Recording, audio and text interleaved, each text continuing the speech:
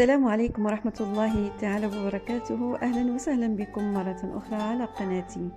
أول حاجة كنقول لكم مبروك عواشركم، رمضان كريم، الله يدخلوا علينا بالصحة والخير واليوم والبركات. اللهم بلغنا رمضان غير فاقدين ولا مفقودين. اللهم بلغنا رمضان وتقبل منا الصيام وتقبل منا القيام بإذن الله. مبروك عواشركم البنات، والله يدخلوا علينا بالخير والبركه يا ربي امين. واللي كيتمنى شي حاجه في هذا الشهر هذا ربي يحققها له. ادعيوا البنات، كثروا من الدعاء، كثروا من الدعاء اثناء السجود وفي الاوقات ديال الصلاه، فالله سبحانه وتعالى مجيب الدعوات باذن الله. اول حاجه البنات غادي نبدا معكم هذه المائده الرمضانيه.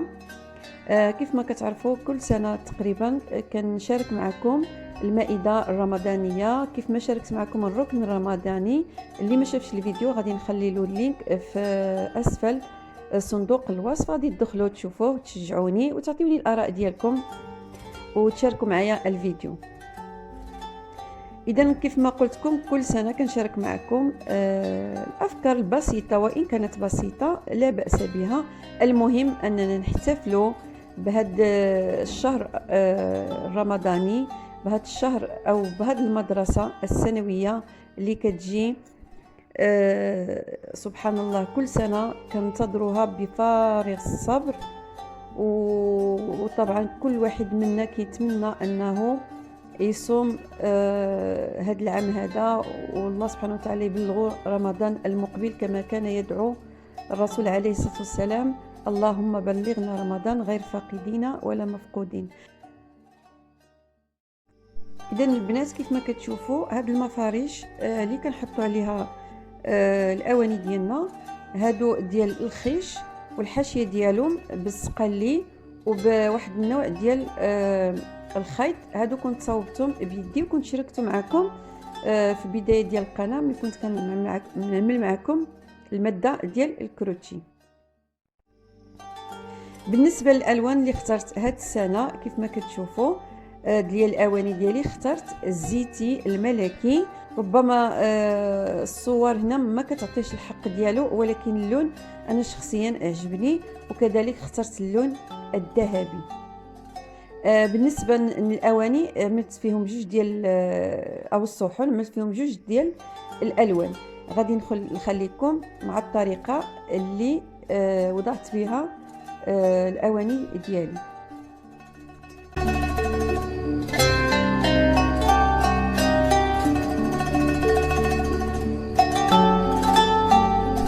بالنسبه للكروس البنات شاركت معكم في مشترياتي الفيديو اللي حطيت، وهما فيهم حاشيه ديال الذهبي جاوني متناسقين مع الصحن.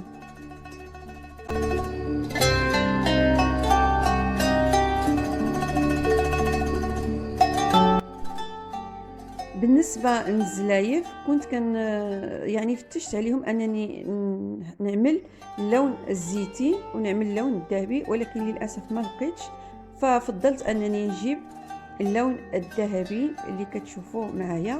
فجاني مع اللون، يعني الزلافه جاتني مع التبصيل الذهبي وجاتني كذلك مع التبصيل الزيتي. يعني التنسيق بالنسبه لي انا عجبني بزاف. كنتمنى انتم ما شاء الله يعجبكم.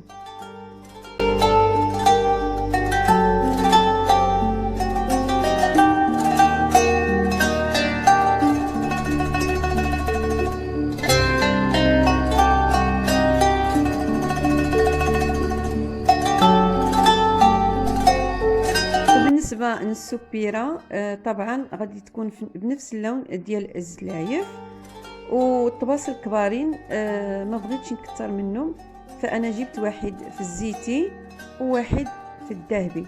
طبعا هاد الطباسل هادو تحتاجوا ممكن الملح وكذلك المسائل الحلوه بحال الشباكيه، المقروط، محنشه، اي حاجه كانت عندنا ممكن نحطو فيه.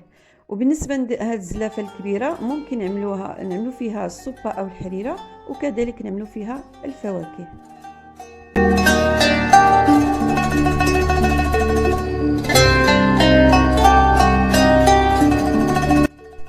اما بالنسبه للمناديل اخترتهم في اللون الاصفر باش يجوني مع الذهبي.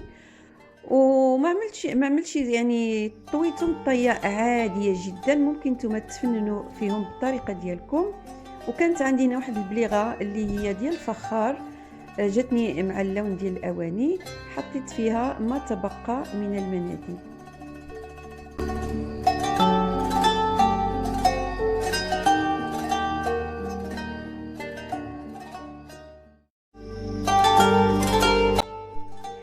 وبالنسبه للاضاءه اللي هي ديال الشموع، فانا فضلت هاد الشموع، ما بغيتش نشري شموع كبارين، شريت هاد الشموع هادي اللي في اللون كذلك الذهبي، ونزلتها بهذا الشكل هذا اللي كتشوفوه هنا في الطابله.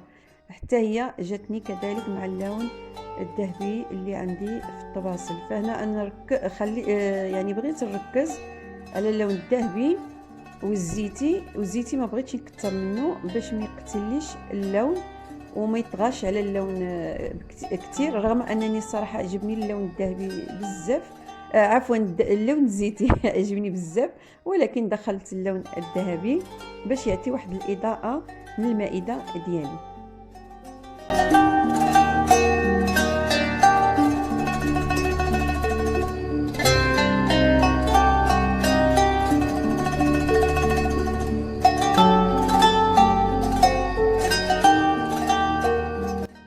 بالنسبه للاواني البنات، انا شريتهم من مدينه طنجه في ابواب المدينه. الناس اللي ساكنين في طنجه كيعرفوا ابواب المدينه. خديت الدفعه الاولى غير باش نجرب، لان كنت وريت لكم في المشتريات ديالي كان الثمن ديالهم شي شويه. الطبسيل الصغارين كانوا 25 درهم، والكبارين كنظن شي 30 درهم. من بعد رجعت خديتهم بروموسيون، نقصوا كنظن غير شي 5 دراهم في الواحد. اما السبيره والزلايف ديالها فخديتها ب 80 درهم. هاد الكؤوس هادو الصراحه كنت شريتهم يعني مده هادي، ما بقيتش عاقله بالضبط على الثمن ديالهم صراحه. ولكن بالنسبه للشموع، الشموع خديت واحد باكيه فيها 4 ديال الشماعات ب20 درهم. المهم اللي بغيت نقول لكم على ان ممكن نزينوا المائده ديالنا بابسط الاشياء، وحتى ماديا ما كتكونش شي تكلفه يعني كبيره بزاف. وبالنسبه لهذا الثوب هذا ديال المفاريش ديجا كنت خدمته معكم، اللي هو الخش، وكيف ما قلت لكم عملت الحاشيه ديالو بهذا المنتف ديال الكروتشي. في الطبيعه البنات راه كيبان زوين على هذا اللي كتشوفوا دابا. المهم كنتمنى الفكره فقط تكون وصلت، وشاركت معكم المائده الرمضانيه اللي غادي نفرحوا بها راسنا اولا، نفرحوا بها وليداتنا والازواج ديالنا، ولما حتى الزوار اذا زارونا ان شاء الله في هذا، او الضيوف في هذا الوقت هذا. كيف ما كنعرفوا على ان الوقت ديال الحجر لحد الان باقي احنا في الحجر، فلما لا اذا جاوا الضيوف مرحبا بهم حتى هما نشاركوا معاكم هذه المائده الرمضانيه.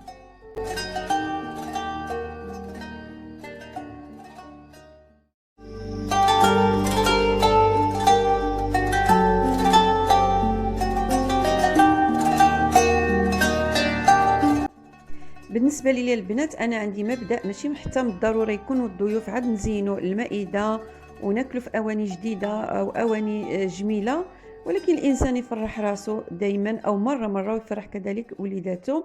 بالنسبه للمعالق البنات كيف ما كتلاحظوا ما لقيتش المعالق اللي كنت باغيه انا، فاكتفيت بمعالق اللي عندي، وطبعا ما حطيتهمش لان اللون ما كانش متناسق.